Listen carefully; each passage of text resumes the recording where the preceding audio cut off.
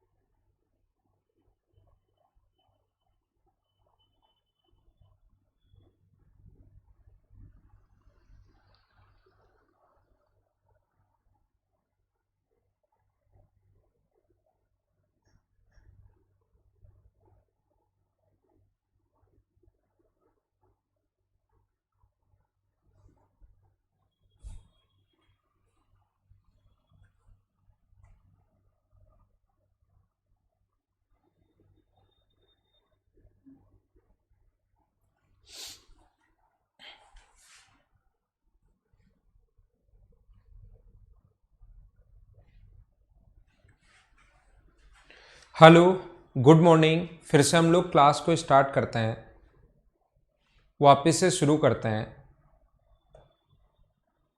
देखिए, हम लोग अब पढ़ रहे हैं सेक्शन फॉर्मूला के बारे में। अब हम लोग पढ़ रहे हैं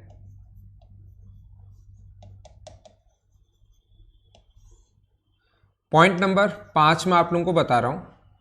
पॉइंट नंबर 5 हम लोग देख रहे हैं, सेक्शन फॉर्मूला के बारे में हम लोग पढ़ रहे हैं। जो एक अपने पास दो टाइप के होता है, अंत विभाजन होता है और बाह्य विभाजन होता है, इंटरनली डिवीजन और एक्सटर्नली डिवीजन। दो टाइप के अपने पास होंगे। पहला अगर हम लोग बात करें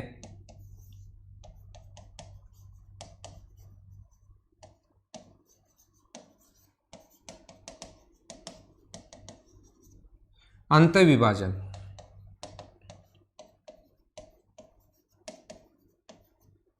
अब जो भी मैं आपको 25 से 30 पॉइंट पढ़ाऊंगा उसके छोटे छोटे सब पॉइंट भी होंगे जो साथ साथ मैं आप लोगों को बताता चलूंगा। एक बात जैसे आप लोगों को समझ में आई है, 4 नंबर पॉइंट है ये। पॉइंट नंबर कौन सा है? 4, 5 नहीं है। सेक्शन फॉर्मूला पॉइंट नंबर 4 है, 3 ही हुए थे अभी। तो मैं आप लोगों को क्या बताना चाह रहा हूं, सभी लोगों को ध्यान से समझने की कोशिश करना। यहां पर अगर कभी भी अपने पास ऐसा है, एक अपने पास एक्स एक्सिस है और एक अपने पास एक्स एक्सिस है और दूसरा अपने पास वाई एक्सिस है, ये एक्स एक्सिस है और ये अपने पास वाई एक्सिस है,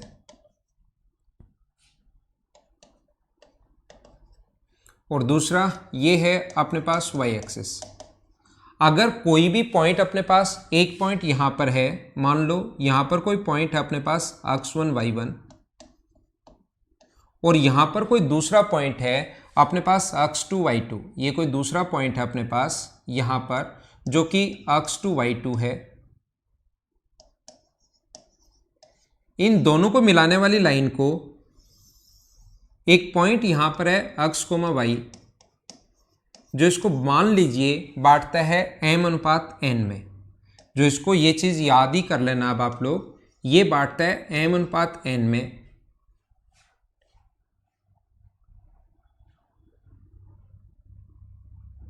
क्लास स्टार्ट हो गई है भैया आपकी, मुझे तो 2-3 मिनट हो गए क्लास। कुछ बच्चे विजय मीना क्लास हो गई है, क्लास लाइव है, एक बात बंद करके वापस चालू कर लो।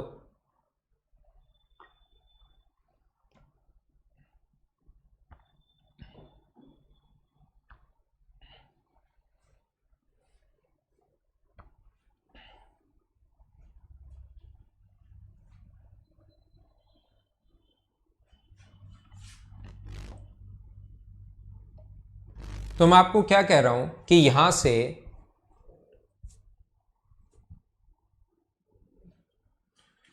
से अपने पास ये जो डिस्टेंस होती है, ध्यान रखना, ये यहां से परपेंडिकुलर डिस्टेंस y2 होगी, ये वाली डिस्टेंस अपने पास y होगी और ये वाली डिस्टेंस होगी अपने पास y1।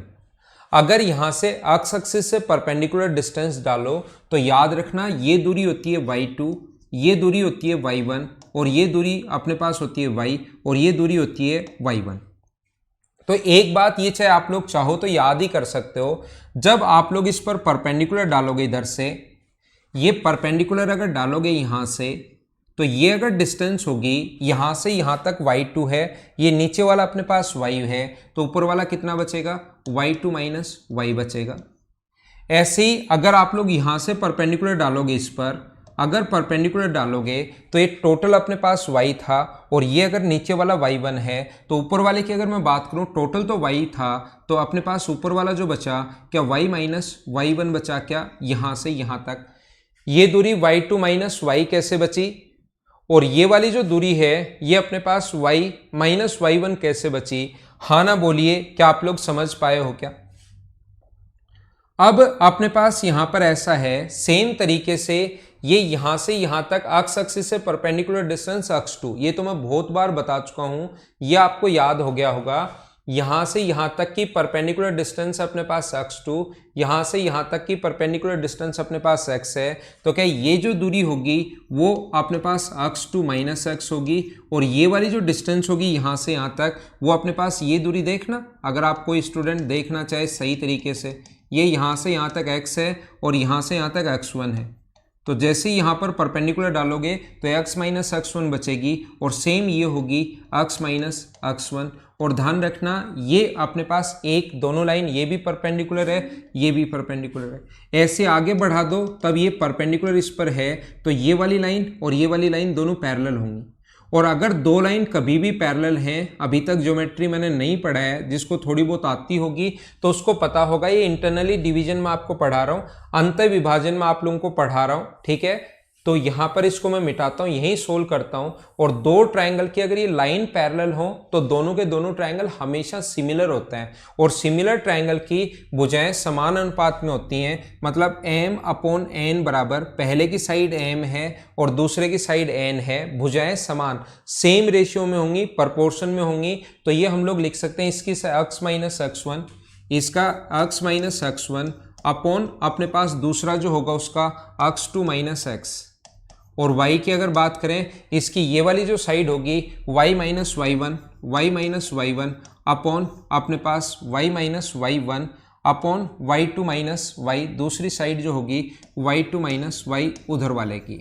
अगर मैं फर्स्ट और सेकंड को क्रॉस मल्टीप्लाई कर दूं, देखना फर्स्ट और सेकंड को अगर मैं क्रॉस मल्टीप्लाई कर दूं तो mx2 माइनस mx बराबर nx माइनस nx1, ये इधर आएगा, तो mx2 प्लस nx1 बराबर nx प्लस mx। x बराबर अपने पास ये है mx2 plus nx1 upon m plus n। ऐसे ही आप लोग यहां से x का मान ये अपने पास आ गया है। उम्मीद है आप लोग समझ पाए होंगे कि कैसे आया, इसका फॉर्मूला भी लेकिन याद होना चाहिए, ध्यान रखना। ऐसे अगर मैं फर्स्ट और थर्ड को भी क्रॉस मल्टीप्लाई कर दूं, फर्स्ट और थर्ड को जैसे ही क्रॉस मल्टीप्लाई आप लोग करोगे तो my2 अपने पास क्या आ जाएगा, क्रॉस मल्टीप्लाई करोगे तो my2 माइनस n अपने पास my बराबर ny माइनस ny1। एक को उठाकर इधर ले आओ, और जब इस चीज को आप लोग सोल्व करोगे तो y का जो मान आ जाएगा वो अपने पास आ जाएगा my2 plus ny1 upon m plus n। आया कैसे वो चीज़ तो मैंने आपको समझाई है, लेकिन ये फॉर्मूला याद भी होना चाहिए। अगर इंटरनली डिवीजन है, अंदर की तरफ अगर कभी भी काटे तो उल्टा इंटू करते हैं, m इंटू जाके इंटू होगा इससे और n इंटू होगा इससे, तो x का जो मान आएगा वो आएगा mx2 plus nx1 upon m plus n, ये अपने पास इसकी वैल्यू आएगी, और y का जो मान आएगा m इंटू होगा y2 से, m y2 उल्टा जाता है upon n y1 upon m plus n, ये अपने पास फॉर्मूला होता है। ध्यान रखना इंटरनली डिवीजन का सबसे इसमें पहला पॉइंट अंतर विभाजन, और इसमें दूसरा पॉइंट जो बनेगा वो बनेगा बाह्य विभाजन वाला। ये तो इंटरनली डिवीजन है, और एक मैं आप लोगों को पढ़ाऊंगा एक्सटर्नली डिवीजन, बाह्य विभाजन मैं आपको वापस पढ़ाऊंगा। सभी लोगों को एक बात बताता हूं, देखना याद रखना, अगर कभी भी ये याद कर लो बाह्य विभाजन नहीं पढ़ा रहा हूं, याद कर लो ये x2 y2 है और ये अगर पॉइंट x1 y1 है या जो भी पॉइंट यहाँ पर है x y है तो ये परपेंडिकुलर डिस्टेंस जो होती है वो y2 होती है, ये y1 होती है। तो जैसे इस पर परपेंडिकुलर डालोगे तो ये दूरी होगी y2 माइनस y। ऐसे ये दूरी अपने पास x2 होती है, ये दूरी x2 होती है, ये x1 होती है। तो परपेंडिकुलर अगर डालोगे तो ये हो जाएगा x2 माइनस एक्स और ये दोनों बराबर होती हैं x2 माइनस एक्स। तो इसको तुरंत लिख सकते हो x2 माइनस एक्स जब इन दोनों के बीच की दूरी लिखनी पड़े। और ऐसे परपेंडिकुलर डालते ही y2 माइनस वाई। सिर्फ इतनी सी बात आप लोग याद कर लो, ठीक है ना, इतनी बात याद कर लो। तो एक पॉइंट हम लोगों ने ले लिया है, क्या ज्योमेट्री थोड़ी सी इसके लिए आनी चाहिए क्योंकि मैंने सिमिलरिटी लगाई है। कुछ बच्चे वापस पूछ रहे हैं तो मैं वापस बता देता हूं, फिर से कोशिश करता हूं फटाफट समझाने की। लेकिन पहली बार में ही ज्यादा समझने की कोशिश क्या करो, उसमें मैं धीरे धीरे अच्छे से सारी चीज बताकर आगे बढ़ता हूं। ये पॉइंट x2 y2 है तो परपेंडिकुलर डिस्टेंस y2, ये परपेंडिकुलर डिस्टेंस x एक्सिस से y होगी। अगर मैं परपेंडिकुलर जैसे ही यहां से परपेंडिकुलर डाल दूं तो टोटल y2 थी और ये नीचे वाली यहां से यहां तक की दूरी अपने पास बचेगी y, तो ऊपर वाली डिस्टेंस बची y2 minus y1। Same concept से ये डिस्टेंस y1 है, ये y है, तो ये दूरी बचेगी y माइनस y1। इन दोनों के बीच की अगर डिस्टेंस लेनी है तो x2 में से x घटा दो। मैं आपको फिर बता रहा हूं, ये डिस्टेंस लेनी है तो y2 में से y घटाओ और ये डिस्टेंस लेनी है तो x2 में से x घटाओ। ये डिस्टेंस लेनी है तो इस x में से ये वाला x घटा दो, ये डिस्टेंस आ जाएगी। और ये अगर लेनी है तो आप y में से ये y1 घटा दो, ये वाली डिस्टेंस अपने पास आ जाएगी। इस वाले ट्रायंगल में और इस वाले ट्रायंगल में मैंने सिमिलरिटी लगाई है, समरूपता लगाई है। सिमिलरिटी या समरूपता बहुत बच्चों को नहीं पता क्योंकि ज्योमेट्री अगला टॉपिक होगा, इसलिए आप लोग ये जो लास्ट वाली स्टेप है ये आप लोग याद कर लो कि x और y का जो मान आता है वो क्या आएगा। इस पॉइंट के जो कोऑर्डिनेट्स होंगे x और y का जो मान आएगा वो ये चीज आती है, इसको आप लोग याद कर लीजिए, ठीक है। उम्मीद है सारे बच्चे समझ पाए होंगे कि मैंने आपको क्या समझाया। फिर कोशिश करता हूं समझाने की, फिर मैं आप लोगों को बताता हूं, सिखाता हूं, पढ़ाता हूं। देखना, अब मैं आपको 2 नंबर पॉइंट इसमें पढ़ा रहा हूं, एक्सटर्नली डिवीजन,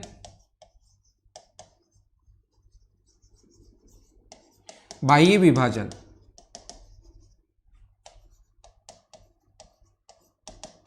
देखना और कोशिश करना सीखने की, एक्सटर्नली डिवीजन या बाह्य विभाजन। यहां पर कभी भी अपने पास ऐसा हो एक एक्स एक्सिस है और एक वाई एक्सिस है, एक एक्स एक्सिस है और दूसरा है अपने पास वाई एक्सिस। अगर 2 पॉइंट अपने पास, ये वाला पॉइंट मान लो x1 y1 है, ये वाला पॉइंट x1 y1 है और ये वाला पॉइंट अगर x2 y2 है, तो ध्यान रखना इसके अंदर नहीं होकर, एक्सटर्नली मतलब बाहर है, अंदर नहीं होकर अपने पास कहां है, बाहर की तरफ कोई पॉइंट है। आगे बढ़ाने पर इसको आगे ऐसे यहां तक बढ़ाया, एक्सटेंड किया यहां तक, और ये पॉइंट x, y है और इस पॉइंट से मान लो यहां से दूरी इसकी m है और यहां से दूरी मान लीजिए इसकी n है। तो याद रखना इस पॉइंट के जो कोऑर्डिनेट्स होते हैं, इसके जो निर्देशांक होते हैं बाह्य बिंदु के, जैसे हम लोग करेंगे इसी तरीके से अगर प्रूव करना पड़े तो। लेकिन दोनों चीजें मैं प्रूव करके बताऊंगा नहीं, प्रूव करना चाहो तो पिछले तरीके से कर लेना। लेकिन याद रखने का यहां पर तरीका एक ये है कि ये जो पहले वाला फॉर्मूला मैं पढ़ा कर आया हूं, इसमें जहां प्लस का साइन लगता है एक्सटर्नली डिवीजन में, वहां पर साइन किसका लग जाता है, माइनस का साइन लग जाता है। सिर्फ इतना सा चेंज होगा। तो यहां पर इस पॉइंट के कोऑर्डिनेट्स होंगे m x2 minus n x1 upon m minus n। ये चीज ध्यान रखना। प्रूव करने का तरीका वही है जो मैं पहले बता चुका हूं, लेकिन दोनों प्रूव नहीं करेंगे। एक बात मैंने बता दी, दूसरा होता वैसे ही, ध्यान रखना। विजय कुमार मीना, कोलिनियर होता है एक सीधी रेखा में, ठीक है ना, एक सीधी रेखा में। दूसरा अपने पास जो पॉइंट है, अपने पास ये लिखा हुआ है m y2 minus n y1। दूसरे पॉइंट के जो कोऑर्डिनेट्स होंगे, यहाँ 2 पॉइंट होंगे ना, एक x होगा एक y होगा, माइनस n y1 अपॉन अपने पास m माइनस n। याद रखना, याद रखना और याद रखना। थोड़ी देर बाद मैं इसको आप लोगों को समझा देता, इसके क्वेश्चंस करवा देता हूं, लेकिन ये फॉर्मूला आप लोग सारे बच्चे याद रखना।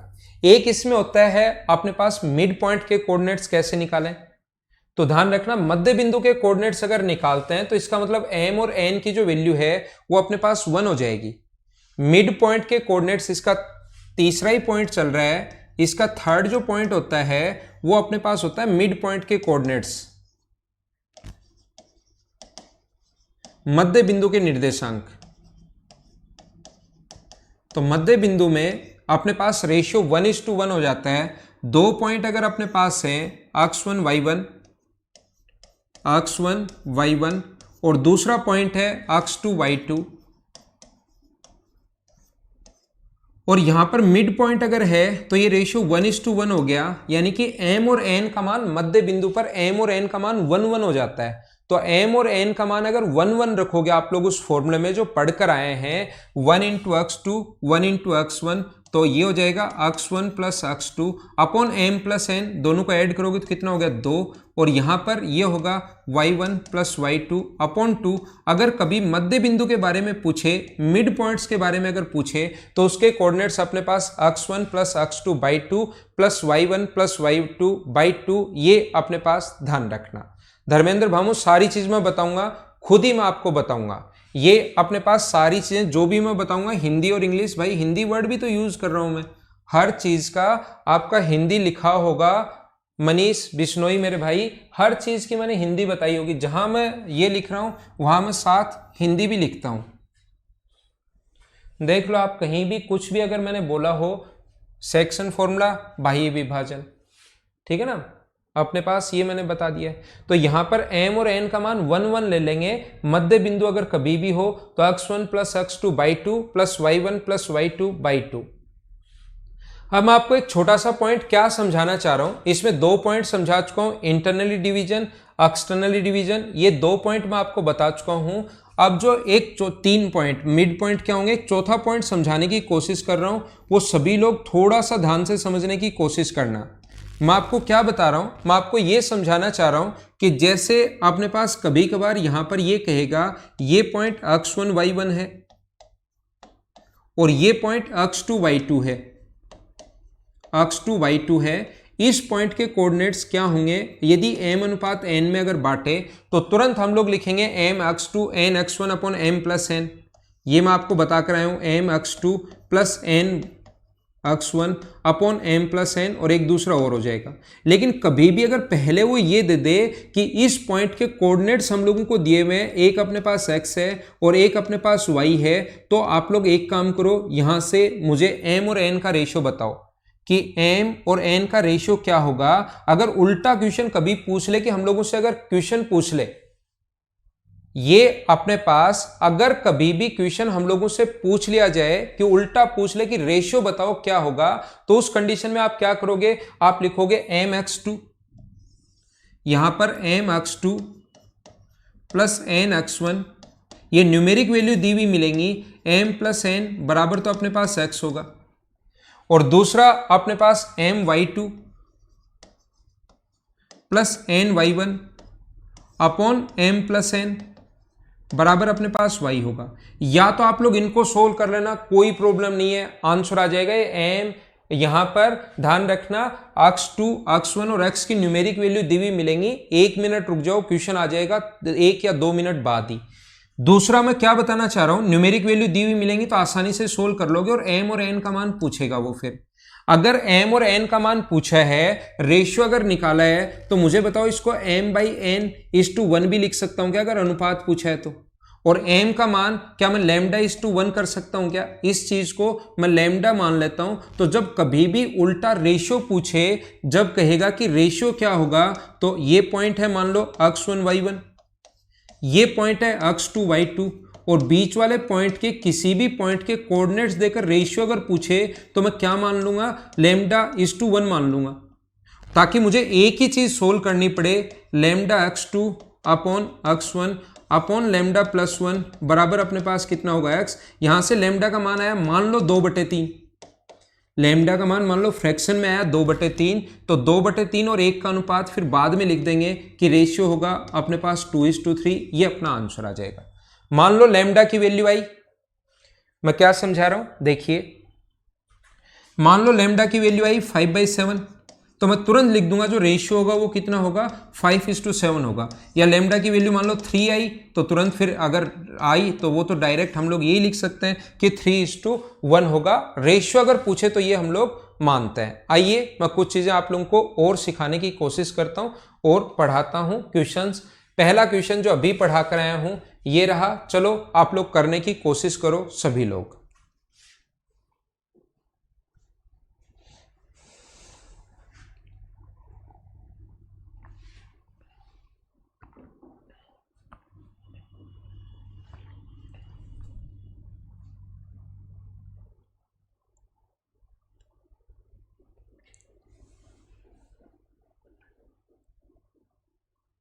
क्वेश्चन कीजिए।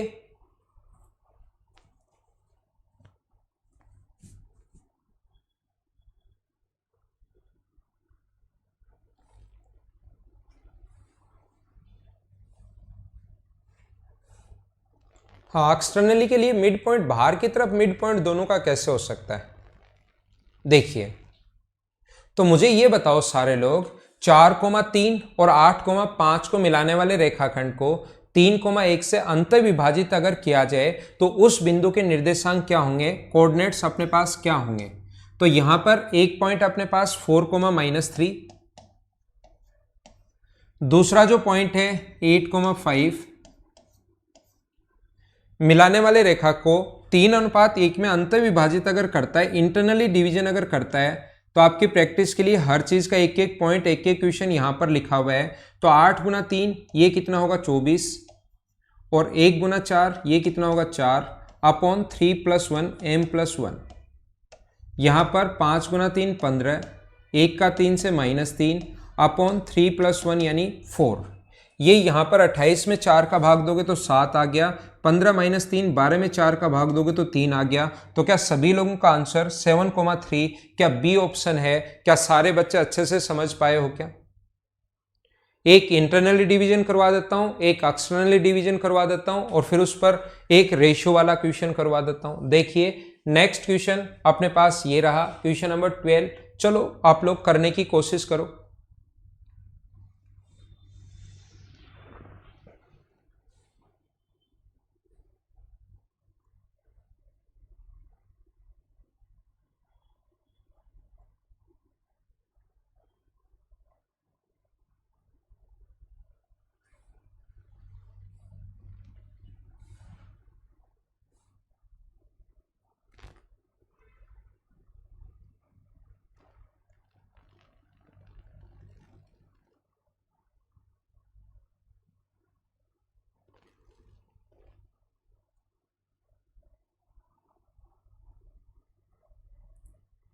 देखो फिर से समझाता हूं, -6,10 और 3,8 को मिलाने वाले रेखाखंड को -6 4,6 किस अनुपात में विभाजित करेगा।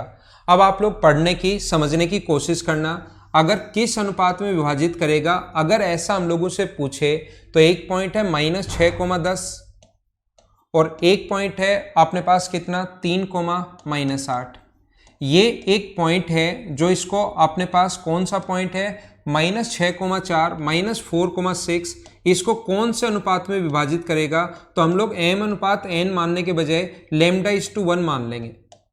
तो याद रखना हम लोग लिखेंगे 3 लैम्डा, उल्टा इंटू करते हैं ताकि 3 लैम्डा प्लस यानी कि -6 को -6 से गुना करोगे 1 से -6 अपॉन λ+1 बराबर हो गया अपने पास -4।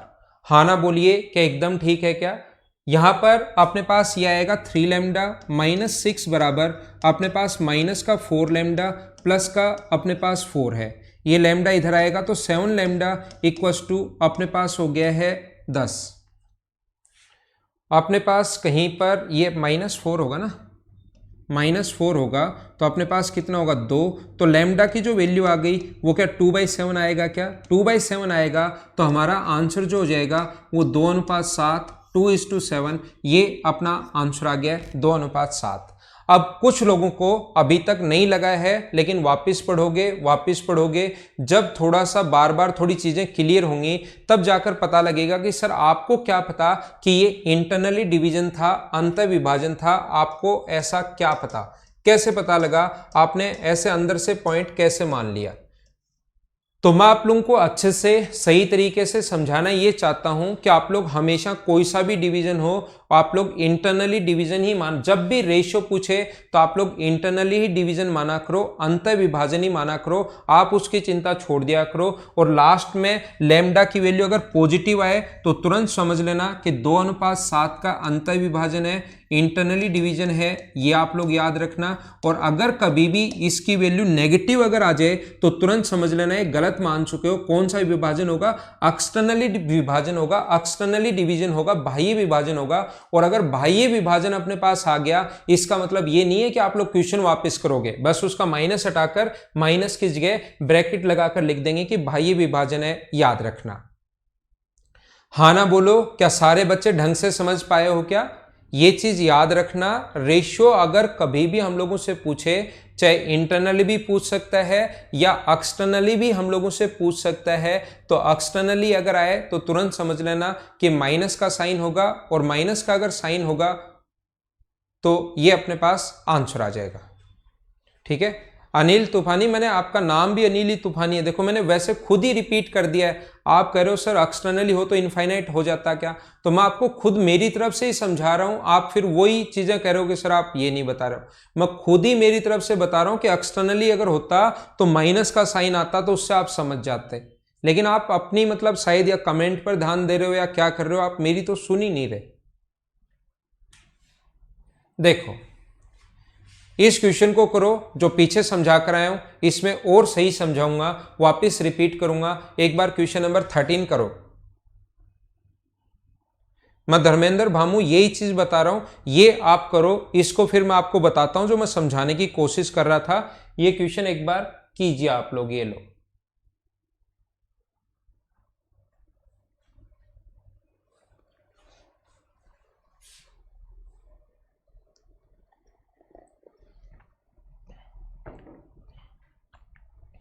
यहां पर लिखा हुआ है बिंदु 6,2 और -4,5। बिंदु एक तो अपने पास पॉइंट है कौन सा 6,2 है, 6,2 है, और दूसरा पॉइंट है अपने पास -4,5। मिलाने वाले रेखाखंड को 3:2 में बाह्य विभाजित करता है एक पॉइंट, यहां पर एक पॉइंट है x, y जो इसको विभाजित कर रहा है 3:2 में। यहां से यहां तक का जो रेशियो है वो अपने पास 3 है, और ये जो रेशियो है ये कितना अपने पास 2 है।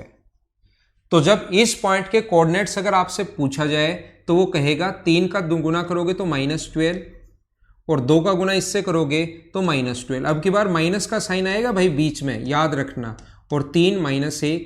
दूसरे y के कोऑर्डिनेट्स अगर पूछे तो 3 × 5 15, 15, और 2 × 2 माइनस अपने पास 4 अपॉन 3 -2 है क्या, 3 - 2, तो यहाँ तो आ जाएगा माइनस का 24, और यहाँ पर अपने पास आ जाएगा कितना 11। क्या सभी लोगों का आंसर यही था क्या, -24:11? बताइए समझ पाए हो क्या? अब मैं आपको क्या बताना चाह रहा हूं, मैं आप लोगों को ये सिखाना चाह रहा हूं, सभी लोगों को मैं ये बताना चाह रहा हूं, इधर देखना आप लोग। यहां पर मैंने ये पढ़ा है आप लोगों को कि अगर कभी भी अपने पास ऐसा आ जाए इस प्रकार से, अब मैं उल्टा बोलता हूं कि ये 3:2 में विभाजित नहीं करता, ना बाह्य विभाजन दे रहा है, मिलाने वाले रेखाखंड को ऐसे दे दे कि -24,11 कौन से रेशियो में डिवाइड करेगा। आपसे उल्टा पूछ ले, आपसे क्वेश्चन उल्टा पूछ लिया जाए कि 6,2 और -4,5 को मिलाने वाली लाइन को ये पॉइंट के कोऑर्डिनेट्स दे दिए -24:11, कौन से रेशियो में विभाजित करेगा, किस अनुपात में डिवाइड करेगा, ऐसा हम लोगों से उल्टा अगर पूछ लिया जाए तो क्वेश्चन कैसे करेंगे वो मैं आपको समझाने की कोशिश कर रहा हूं।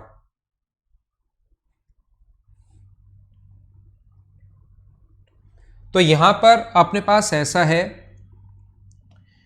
मुझे आप लोग ये बताइए कि ये जो पॉइंट है अपने पास 6,2 है और ये पॉइंट है -4,5, तो क्वेश्चन में नहीं लिखा हुआ मिलेगा कि आपका रेशियो इंटरनली है या एक्सटर्नली है, तो हमेशा रेशियो को इंटरनली ही बना लो। आप तो ये लिख दो कि यहां पर एक पॉइंट है -24:11 जो इसको बांटता है λ/1 में। मैंने क्वेश्चन क्या बना दिया, क्या ये बात तो आप लोग सारे लोग समझ पाए हो क्या? मैंने क्वेश्चन क्या बनाया है, यहां पर ये काट दिया और रेशियो पूछ लिया कि 3:2 में, और ये पॉइंट दे दिया। तो अब आपको पता होना चाहिए 3:2 का बाह्य विभाजन आना चाहिए। लेकिन क्या आना चाहिए, ये पॉइंट कौन से में बांटता है, 3:2 के बाह्य विभाजन में एक्सटर्नली रेशियो होना चाहिए। लेकिन मैंने क्या किया, इंटरनली ही बना लिया। आप लोग इंटरनली बना लो बिना कोई चिंता किए। और मुझे बताइए -4 λ + 6 अपॉन λ+1 बराबर क्या आप लोग -24 लिख सकते हो क्या?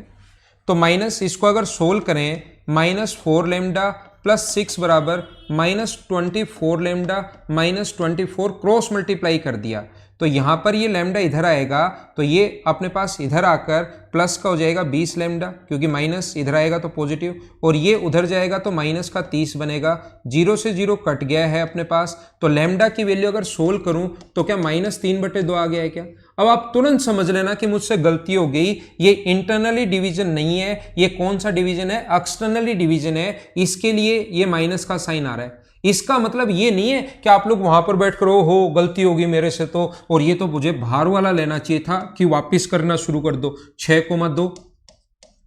दूसरा पॉइंट -4,5 गलती होगी, बाहर लेना चाहिए था। इसका मतलब ये नहीं है कि यहां पर बैठकर क्वेश्चन ही पूरा वापस करना शुरू कर दो एग्जाम में। वो ये समझ में आ गया कि बाह्य विभाजन है किससे, माइनस से, लेकिन रेशियो तो बाह्य विभाजन का कितना होगा, 3:2 ही होगा। और माइनस के लिए लिख दोगे 3:2 का एक्सटर्नली डिवीजन है, बाह्य विभाजन है। हाँ ना, मैंने क्या समझाने की कोशिश की, क्या अब आप लोग सारे लोग समझ गए हो क्या? अब की बार बता दो।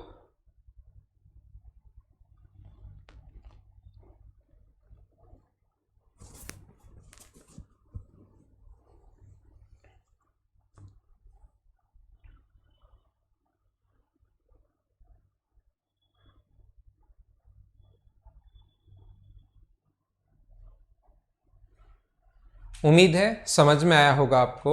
चलो अगला क्वेश्चन कीजिए आप लोग। ये क्वेश्चन आप लोग करने की कोशिश करो।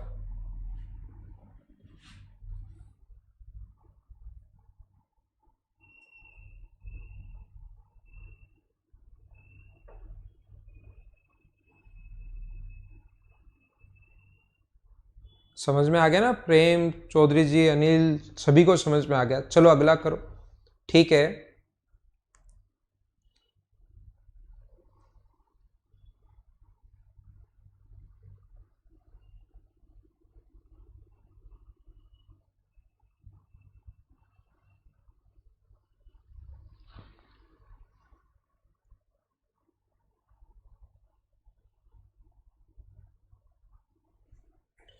find the coordinate of the points of transaction point dividing in the 3 equal parts of linear segment।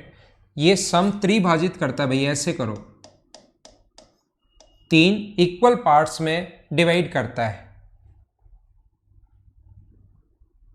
Try section है ये ट्राई सेक्शन है। सम त्रिभाजित,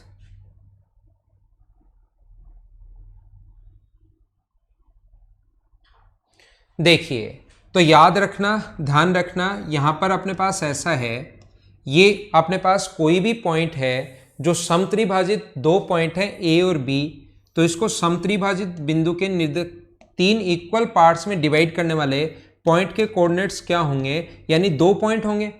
3 बराबर बराबर भागों में बांटने वाले अपने पास 2 पॉइंट होंगे, ये ए और बी है। तो इक्वल पार्ट्स में डिवाइड करने वाले, याद रखना अंदर की तरफ 2 पॉइंट होंगे, एक पॉइंट मान लो सी है और एक पॉइंट मान लो डी है। तो ये बराबर बराबर बांट दिया 1:1:1 में। मुझे आप लोग सारे लोग ये बताओ, अगर मुझे सी पॉइंट के कोऑर्डिनेट्स निकालने हो तो मुझे बताओ इधर वाला अनुपात क्या मैं 2 और इधर वाला अनुपात मैं क्या 1 मान सकता हूं क्या? क्योंकि 3 इक्वल पार्ट्स अगर हैं तो सी के पॉइंट के कोऑर्डिनेट्स अगर निकालने हैं तो इसको मैंने 2 मान लिया, ये 1 है तो ये आ गया अपने पास। इस पॉइंट के कोऑर्डिनेट्स निकालने तो -7 और 2 और 2 +4 अपॉन 1 + 2, और दूसरा इस पॉइंट के दूसरे कोऑर्डिनेट 1 का 4 से गुना करेंगे 4, 2 का 2 से गुना करेंगे -4 अपॉन अपने पास 1 + 2। इस पॉइंट के कोऑर्डिनेट्स ये आ गए। हाँ ना बोलो, क्या सारे बच्चे समझ पाए हो क्या? एक एक हमें निकालने पड़ेंगे, या तो हम लोगों को इस टाइप से या हम लोगों को इस टाइप से। यहां पर अपने पास इस पॉइंट के कोऑर्डिनेट्स अगर अब की बार निकालने हैं तो 3 इक्वल पार्ट्स हैं। क्या अब की बार इधर वाला रेशियो यहां से यहां तक का तो रेशियो 2 और क्या आगे वाला रेशियो में 1, क्या ऐसा मान सकता हूं क्या? या आप लोग इन दोनों का मिड पॉइंट भी बना सकते हो 1:1। ये अगर आ गया तो आप चाहो तो इन दोनों का मिड पॉइंट भी बना सकते हो, या जो अभी भी हम लोग करके आए वही तरीका वापस लगा दो, -14 + 2 अपॉन 2 + 1 या 1 + 2। दूसरा अपने पास 2 का 4 से इंटू करोगे 8, और माइनस अपने पास 2 है, माइनस का 2 अपॉन 1 + 2। ये देख लेना सोल्व करके कौन से रेशियो में है, क्या ढूंढ लोगे क्या आप लोग? अपना आंसर आ जाएगा यहां पर जब हम लोग सोल्व करेंगे। हाँ ना बोलिए, एकदम ठीक है क्या? ये अपने पास आंसर आ जाएगा इस क्वेश्चन का।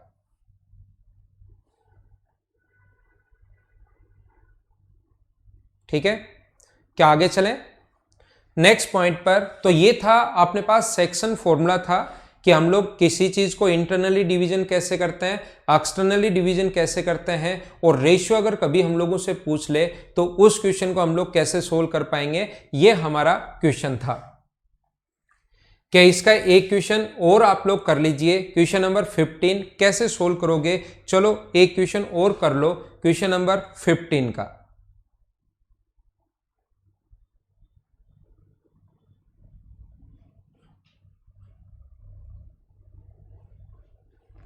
चार पार्ट्स में डेविल डिवाइड करे? नहीं अनिल, ऐसा कुछ नहीं है। या आप लिखते चलो, नोट्स बनाते चलो, क्वेश्चंस मैं अपलोड कर दूंगा पीडीएफ। 4 पार्ट्स में अगर डिवाइड करे तो 1:3, एक तरफ 1:3 होगा, एक तरफ फिर 2:, ऐसे अपने पास चलता रहेगा, एक तरफ मिड पॉइंट होगा और एक पॉइंट के लिए 3:1 हो जाएगा।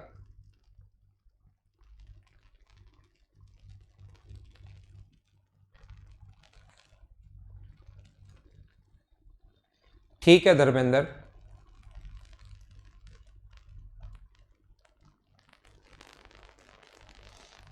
करने की कोशिश करो।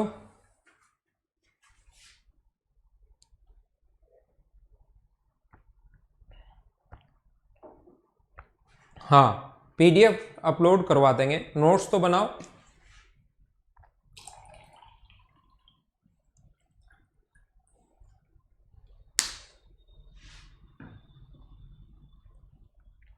बिंदु 5, -6, -1, -4 को जोड़ने वाले रेखाखंड को y अक्ष किस अनुपात में विभाजित करता है, और इस प्रतिच्छेदन बिंदु के निर्देशांक भी आप लोग ज्ञात कीजिए। तो हम लोग इस टाइप के क्वेश्चंस को कैसे कर पाएंगे? 5, -6, देखना ध्यान देना भाई, इसमें कुछ मैं सिखाता हूं आपको। ऐसा क्वेश्चन आगे भी अपने पास आएगा एक और, उस टाइम भी याद रखना। फिर से मैं ऐसे ही आप लोगों को बताऊंगा। उसमें अपने पास तो चलो ये y अक्ष आ गया, उसमें एक लाइन की इक्वेशन देगा, किस बिंदु पर प्रतिच्छेद करते हैं। तो y एक्सिस पर कोई भी पॉइंट अगर है, मुझे बताइए y एक्सिस कौन से पॉइंट पर इसको डिवाइड करेगा, कौन से पॉइंट पर? तो y एक्सिस पर कोई पॉइंट अगर है तो क्या अपने पास वहां पर y का तो मान होगा, लेकिन अक्ष की वैल्यू क्या 0 ही होगी क्या? y का तो 2, 3, 5, 7 y एक्सिस पर अपने पास y का तो कोई मान हो सकता है, लेकिन अक्ष का मान क्या 0 ही होगा क्या? तो यहां पर अपने पास निर्देशांक क्या होंगे उस बिंदु के? तो अपने पास पहला तो रेशियो क्या होगा? तो रेशियो अपने पास λ:1 होगा। तो हम लोग यहां पर लिख सकते हैं अपने पास -λ, यहां इंटू करोगे तो अपने पास +5, अपॉन लेमडा प्लस 1 बराबर अपने पास 0 है, तो 0 आगे गया, माइनस लेमडा प्लस 5 बराबर 0 है, तो लेमडा की वैल्यू क्या 5 आ गई है क्या? तो लेमडा की वैल्यू 5 आ गई, अपॉन में कुछ है ही नहीं, तो रेशियो क्या 5:1 ही होगा क्या? और 5:1 तो रेशियो होगा, और ये 0, ये -3, ये अपना आंसर आ गया, ए ऑप्शन आ जाएगा। क्या आप लोग यहाँ पर लेमडा का मान अगर आ गया है तो दूसरा लिख सकते हो, -4 लेमडा -6 अपॉन लेमडा प्लस 1 बराबर आप लोग लिख सकते हो कितना, वाई। लेमडा की वैल्यू इधर से आ चुके हैं, 5 अगर पुट करोगे तो ये अपने पास आंसर आ जाएगा। वैसे भी अक्स का मान 5 -1 और अक्स का मान 0, तीन चीजें आ चुके हैं, 5 और 1 रेशियो आ चुका है, और ये हमें अक्स का मान 0 आ चुका है, तो ये तीन चीजें सिर्फ एक ही ऑप्शन में मिल रही हैं, तो यही अपना आंसर हो जाएगा। हाँ ना बोलिए, क्या सारे लोग समझ पाए हो क्या? दूसरा एक चीज मैं क्या बताना चाह रहा हूं, ऐसा क्वेश्चन कभी कभार तो यहां तो चलो कुछ नहीं है, ये तो एक्स एक्सिस या वाई एक्सिस दिया हुआ है, कभी कभार लाइन की इक्वेशन भी आएगी, वो क्वेश्चन भी मैं आपको करवाऊंगा। तो ऐसा क्वेश्चन वो प्रैक्टिस में हम लोग लेंगे। याद रखना, आपको कभी भी अगर रेशियो निकालना है, देखो ऐसे क्वेश्चन में अगर रेशियो निकालना है, किसी भी लाइन की इक्वेशन दी हुई है और उसके बाद अगर रेशियो आपको फाइंड आउट करना है, तो ऐसे क्वेश्चन करने का तरीका क्या होगा मुझे बताइए। अपने पास y एक्सिस जो होता है उसकी जो इक्वेशन होगी वो क्या x = 0 होगी? y एक्सिस की जो इक्वेशन होगी वो मुझे बताओ, क्या x = 0 होगी क्या? y एक्सिस की जो इक्वेशन होती है वो अपने पास होगी x = 0, ये ध्यान रखना। और अब हमारे पास क्वेश्चन होता है, पहले लगाओ सुंदर सा माइनस का साइन, और ब्रैकेट में एक बार x का मान अपने पास ये रख लो और एक बार x का मान ये रख लो। x का मान पहले रखा आप लोगों ने 5 अपॉन, बाद में x की वैल्यू कितनी रखी आपने, -1, तो अपने पास आ गया 5/1, और ये आ गया अनुपात 5:1। लेकिन ये जो चीज है अभी आपको बिल्कुल समझ में नहीं आएगा कि मैंने क्या समझा दिया, तो प्रैक्टिस करवाते टाइम 1 2 3 एक साथ क्वेश्चंस लूंगा और उसमें मैं एक बार वापस समझाऊंगा आपको। तो अभी इस चीज को छोड़ दो, इसके जब प्रैक्टिस सेशन लेंगे हम लोग, अभी तो मैं थ्योरी के साथ क्वेश्चंस करवा रहा हूं, कुछ मैं फिर प्रैक्टिस जब आपको करवाऊंगा उस टाइम ये चीजें ऐसे जो डायरेक्ट तरीके होते हैं वो वहां पर समझा दूंगा। ठीक है, तो आइए पॉइंट नंबर 4 हम लोग पढ़ा, मैं आप लोगों को बता चुका हूं। अब हम लोग चलते हैं पॉइंट नंबर 5 पर। सबसे पहले पॉइंट नंबर 4 मैं आप लोगों को बता चुका हूं, अब हम लोग 5 नंबर पर चलते हैं। और किसी भी लाइन की जो जनरल इक्वेशन होती है वो अपने पास होती है ax + by + c = 0। जो जनरल इक्वेशन होगी अपने पास किसी भी लाइन की वो अपने पास होती है ax + by + c = 0, और c यहाँ पर कांस्टेंट है, ये आप लोग ध्यान रखना, इस चीज को आप लोग याद रखना। ये है अपने पास पॉइंट नंबर 5, इसके बारे में डिटेल से हम लोग बात करेंगे बाद में। पहले एक बार मैं समझाऊंगा आपको पॉइंट नंबर 6। इससे पहले मुझे आप लोग ये बताइए, पॉइंट नंबर 6 अगर मैं आपको समझाने की कोशिश करूं तो पॉइंट नंबर 6 है slope, slope form of line.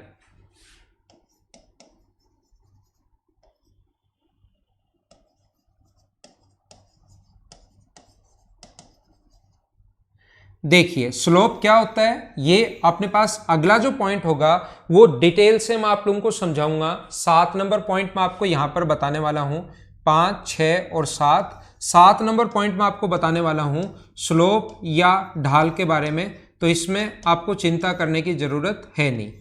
तो पहले मैं 6 नंबर पॉइंट जो है उस पर वापस से आता हूं, इस पॉइंट पर मैं वापस से आता हूं, देखना कोशिश करना समझने की। देखिए ठीक है, अभी कुछ बताया नहीं है, रिपीट क्या करूं, मैं वापस आपको समझाने की कोशिश करता हूं।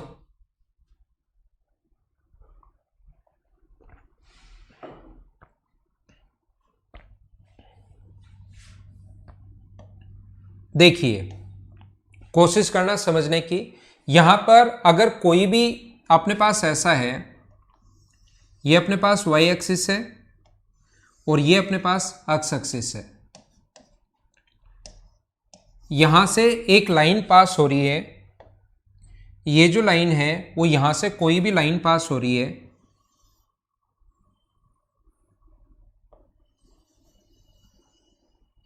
ये एक लाइन है जो यहां से पास हो रही है और ये एंगल अगर थीटा है, इस पर एक पॉइंट है यहां पर अक्स कोमा वाई, लाइन के ऊपर कोई भी पॉइंट, ये लाइन है, ये कोई भी पॉइंट है इस लाइन पर अक्स कोमा वाई।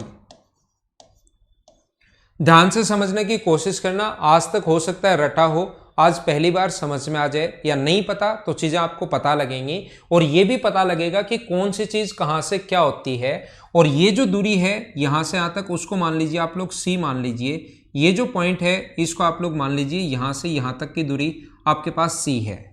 आप एक छोटा सा काम कीजिए, एक्स एक्सिस के पैरेलल एक लाइन खींचो, एक्स एक्सिस के पैरेलल एक लाइन अगर खींच दी जाए तो मुझे सारे लोग मिलकर ये बताइए, एक्स एक्सिस के पैरेलल लाइन खींच दें तो क्या ये कोण भी थीटा होगा क्या? एक बार बताओ।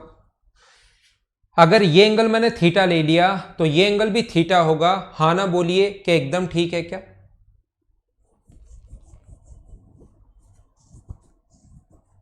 ये अपने पास थीटा है तो ये भी अपने पास थीटा होगा, ध्यान रखना आप लोग। और यहां से अगर मैं परपेंडिकुलर डाल दूं, मुझे बताइए एक्स एक्सिस से परपेंडिकुलर डिस्टेंस कितनी होगी? सारे लोग बताओ, एक्स एक्सिस से परपेंडिकुलर जो डिस्टेंस होगी वो कितनी होगी? तो आप कहोगे सर वो दूरी होगी y, और ये नीचे वाली दूरी अगर c है तो ऊपर वाली दूरी जो बची, क्या वो y माइनस सी एकदम ठीक लिखा है क्या मैंने?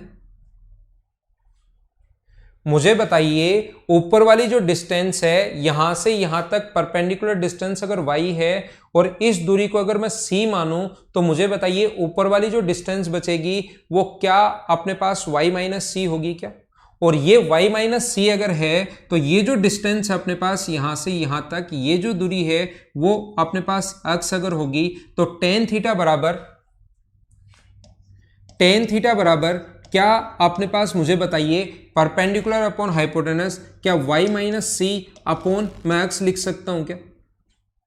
टेन थीटा बराबर क्या मैं y माइनस सी अपॉन x लिख सकता हूं क्या? सारे लोग एक बार बताइए। आप कहोगे हाँ सर लिख सकते हो, और हम लोग टेन थीटा को डिनोट करते हैं m से। एक बार याद कर लो बस क्यों करते हैं, अभी हम लोग सीख लेंगे क्या है क्या नहीं है। एक बार टेन थीटा की जगह अगर मैं m लिख दूं यहां पर और x से इंटू कर दूं तो mx बराबर क्या y माइनस सी है क्या? और y की जो वैल्यू होगी यहां से क्या कर सकते हैं क्या कि y बराबर mx प्लस सी। तो ये स्लोप फॉर्म इक्वेशन होती है, अपने पास slope form equation of a line है y equals to m x plus c, जहां m स्लोप है और c क्या है मुझे बताओ। ये इंपॉर्टेंट है कि कौन सी चीज, x और y तो अपने पास वेरिएबल है, m याद रखना स्लोप है, और c जो है वो c ध्यान रखना कोई भी कांस्टेंट नहीं है, वो इंटरसेप्ट ऑन y एक्सिस।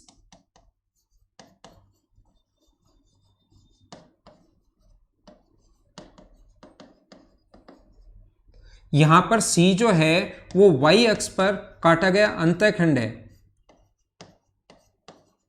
ये याद रखना। कभी कभार डायरेक्ट आपसे इक्वेशन पूछ लेगा, स्लोप भी दे देगा, और इसी से जो आगे लाइन की जो इक्वेशंस बनेंगी ना, लाइन की बहुत सारी इक्वेशन की, कैसे ये आ जाए तो लाइन की इक्वेशन ये होती है, ये आ जाए तो लाइन की इक्वेशन ये होती है, ये आ जाए तो लाइन की इक्वेशन ये होती है, वो सारी इसी से बनेंगी। तो ये आप लोग एक बार याद रखना, इंटरसेप्ट ऑन वाई एक्सिस बिल्कुल ठीक है, वाई एक्सिस पर काटा गया अंतःखंड बिल्कुल ठीक है, सारे लोग ध्यान रखना। अब मैं आपको क्या बताना चाह रहा हूं, सभी लोगों को थोड़ा सा मैं आप लोगों को बताने की कोशिश करूंगा, स्लोप या ढाल के बारे में मैं आप लोगों को पढ़ाता हूं। देखिए, स्लोप या ढाल जो होता है, मुझे आप लोग ये बताइए, ये दूरी अपने पास 24 है, या ये दूरी अपने पास 7 है, और ये दूरी है अपने पास 24, ये दूरी है 24, तो ये दूरी कितनी होगी 25, अपने पास पॉइंट ए। दूसरा अपने पास यहां पर ये दूरी 24 है और ये दूरी जो है वो 7 है, ये कंडीशन है बी। ये दूरी कितनी है 7 है, ये है कंडीशन बी। तो यहां से यहां तक कितना होगा वो मुझे नहीं पता, मुझे बताओ कौन से का स्लोप ज्यादा है, ए का ज्यादा है या बी का ज्यादा है या दोनों का बराबर है। M10 कैसे वाकसत वो मैंने बताया था, एक बार आप रुक जाओ, एक बार याद कर लो, लेकिन आपने मेरी बात सुनी नहीं। आप तो जब सुबह उठे थे तब लगा था कि मैं आज सर से ये क्वेश्चन पूछूंगा और आपने पूछ लिया। मैंने जबकि आपको बोल कर आया हूं अक्षय शर्मा कि थोड़ी देर आप रुकिए, मैं बता दूंगा कि एम क्यों क्या क्या है, मैं सारी चीज बताता हूं, लेकिन फिर भी आप नहीं समझ पाए उस चीज को। कोई बात नहीं, मुझे ये बताइए ए का स्लोप ज्यादा है या बी का स्लोप ज्यादा है या दोनों का स्लोप बराबर है, ये बात बताओ अक्षत। इस पर दिमाग लगाओ एक बार और कोशिश करोगे तो आपको चीजें समझ में भी आएंगी। ए का ज्यादा है, बी का ज्यादा है, या अपने पास दोनों का स्लोप बराबर है, ये मैं पूछना चाह रहा हूं।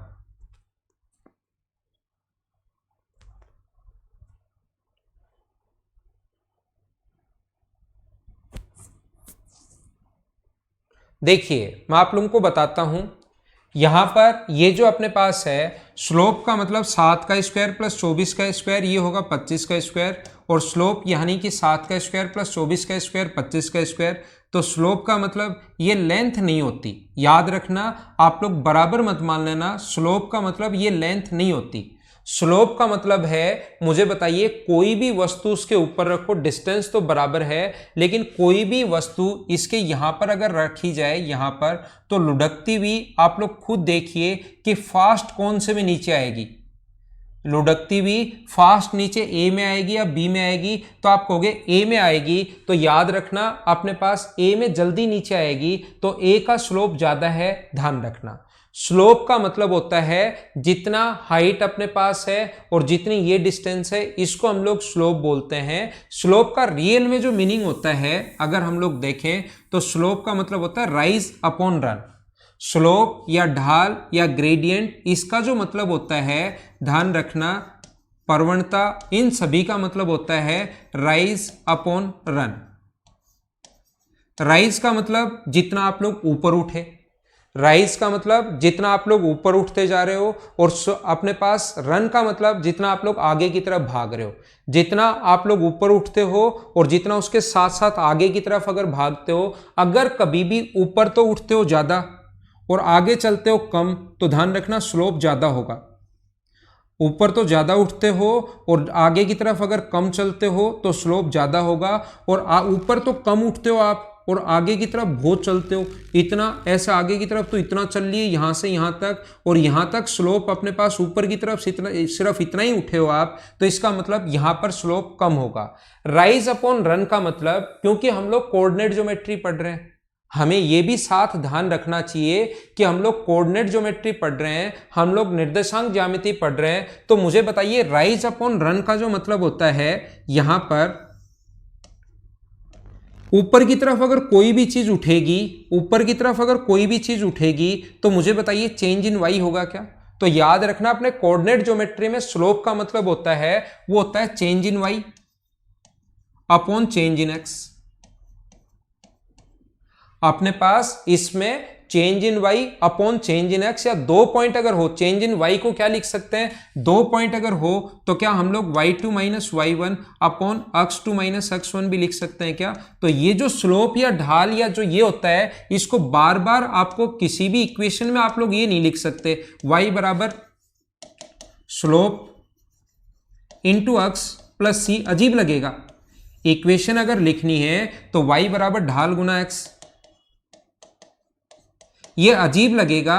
तो हमने स्लोप या ढाल या ग्रेडियंट या प्रवणता जो है, इसको सारी चीज इसी को बोलते हैं। मुझे बताइए, इसको हम लोगों ने एक नाम दे दिया, और वो नाम क्या दे दिया, हमने इसको नाम दे दिया एम। क्या अक्षत शर्मा आपको ये बात समझ पाए क्या भाई?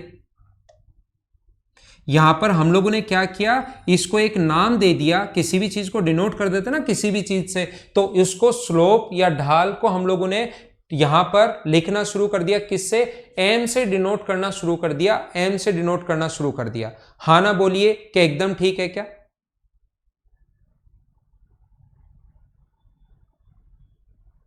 ठीक है,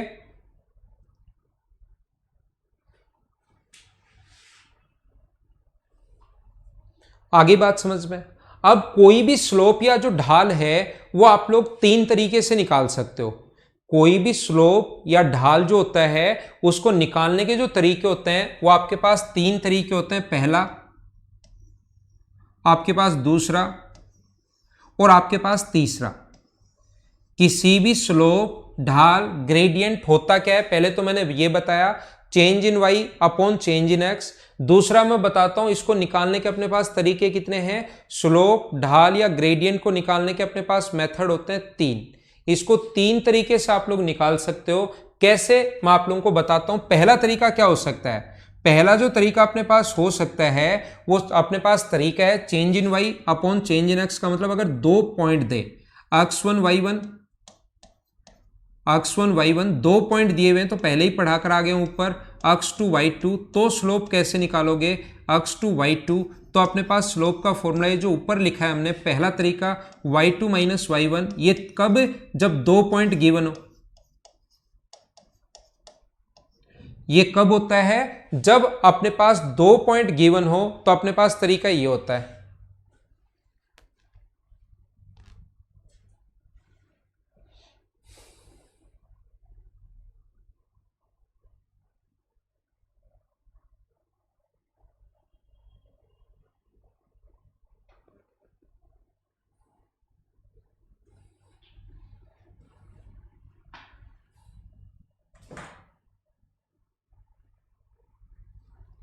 टार्जन 1 या 2 क्वेश्चन आएंगे भाई।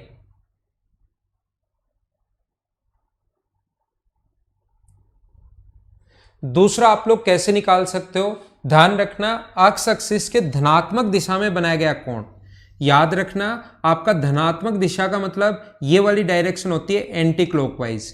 जैसे आपने पास यहां पर कहे कि 40 डिग्री का कोण कौन से क्वाड्रेंट में बनेगा, तो 40 डिग्री का कोण पहले क्वाड्रेंट में बनेगा। धनात्मक दिशा एंटी क्लॉकवाइज होती है। -30 डिग्री का कोण कौन से क्वाड्रेंट में बनेगा, तो -30 डिग्री का जो एंगल है वो कौन से क्वाड्रेंट में बनता है, वो बनता है अपने पास 4th क्वाड्रेंट में, याद रखना आप लोग। तो एक्स एक्सिस के धनात्मक दिशा में बनाया गया कोण पॉजिटिव डायरेक्शन में होना चाहिए, ये याद रखना। मतलब अगर कोई भी लाइन ऐसे है, कोई भी लाइन अगर ऐसे है, तो एक्स एक्सिस के ये इधर वाला एंगल नहीं लेना, क्लॉकवाइज नहीं लेना।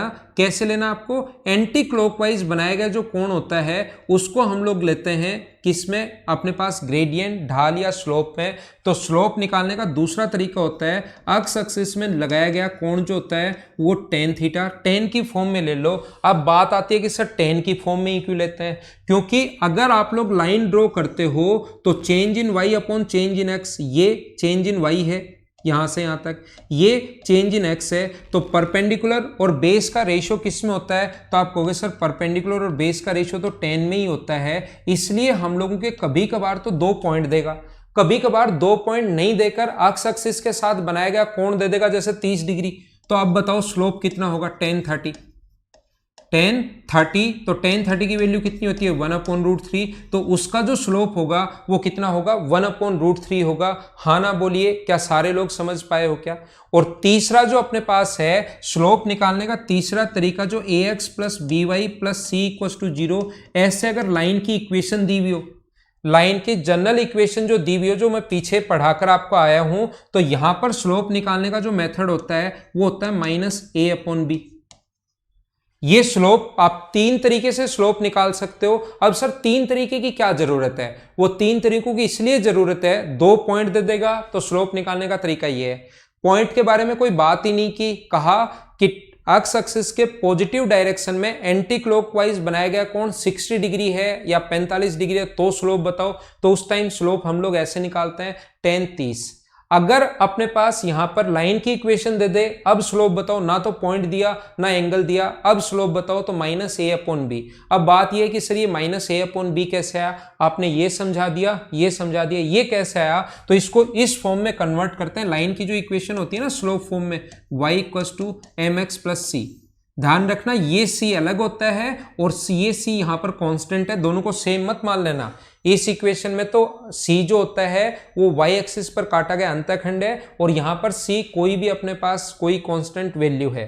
तो यहां पर क्या आप लोग लिख सकते हो क्या, by बराबर -ax - c, और b का सभी जगह डिवाइड कर दो, तो y बराबर -a/bx - c/b। और इस इक्वेशन को इसके साथ कंपेयर करें, y बराबर तो mx + c होना चाहिए, तो m का मान मुझे बताइए, यहाँ पर y नहीं y नहीं आएगा, m आएगा। ग्रेडियंट या ढाल, मैंने y गलत लिख दिया, एम की जो वैल्यू होगी वो मुझे बताइए, इसके साथ कंपेयर करें तो क्या -a/b होगा क्या?